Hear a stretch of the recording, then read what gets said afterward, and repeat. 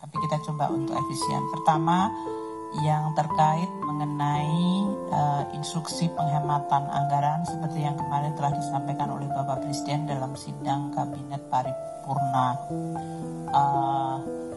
Bagaimana pelaksanaannya, terutama berasal dari pos-pos seperti apa dan dampaknya terhadap pertumbuhan ekonomi.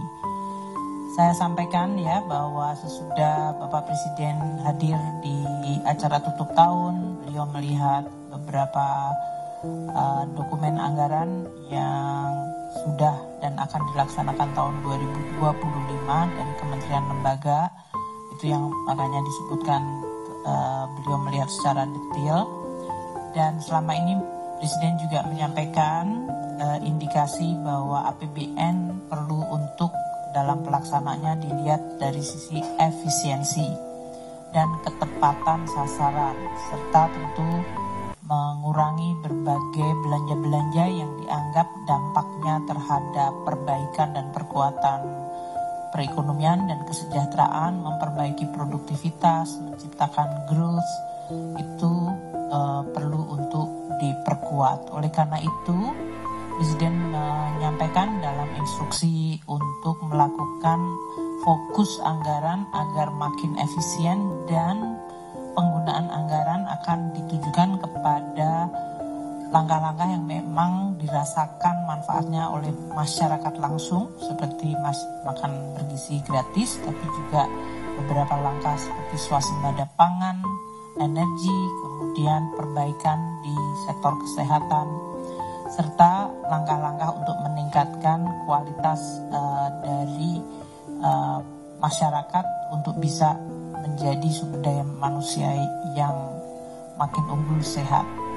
Nah, oleh karena itu pos yang dianggap tidak langsung dirasakan manfaatnya dan dilihat cukup besar di dalam APBN dari masing-masing kementerian lembaga seperti kegiatan seremonial seperti acara halal bihalal, serah terima dan lain-lain, rapat, seminar, kajian, analisis, pengadaan diklat, honor untuk kegiatan, jasa profesi, percetakan dan souvenir. Di era yang digital ini masih ada beberapa yang melakukan anggaran untuk percetakan, sewa gedung, kendaraan, peralatan, kemudian jasa-jasa konsultan, belanja lainnya, termasuk belanja-belanja yang selama ini digunakan kementerian untuk memberikan beberapa bantuan pemerintah,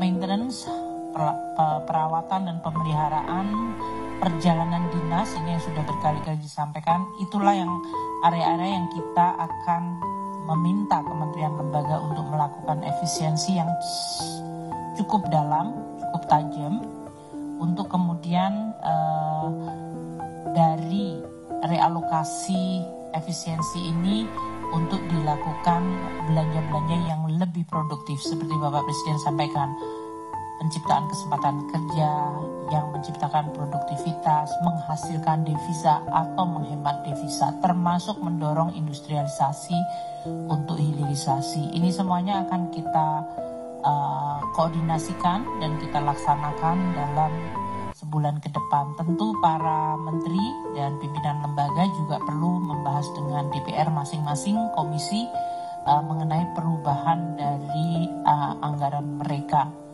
Namun ini adalah memang sesuai dengan Presiden, fokus kepada belanja yang menciptakan pertumbuhan ekonomi, produktivitas, kesempatan kerja, dan manfaat langsung ke masyarakat. Jadi kalau pertanyaan dampak pada pertumbuhan ekonomi, ya justru ini akan memberikan, diharapkan dampak pada pertumbuhan ekonomi. Seperti kayak makanan bergizi gratis, apabila nanti struktur dari supply chains di pemerintah atau lokasi masing-masing makin diperkuat. Dan oleh karena itu kami membicarakan dengan Pak Gubernur, dengan OJK, bagaimana masing-masing dari dan LPS dalam hal ini ya, apakah sektor keuangan bisa mendukung melalui berbagai dukungan pembiayaan sektor keuangan, karena makan siang bergizi ini sudah pasti off takernya ada, sehingga supply chains-nya dari mulai sayur mayur, kemudian daging dan berbagai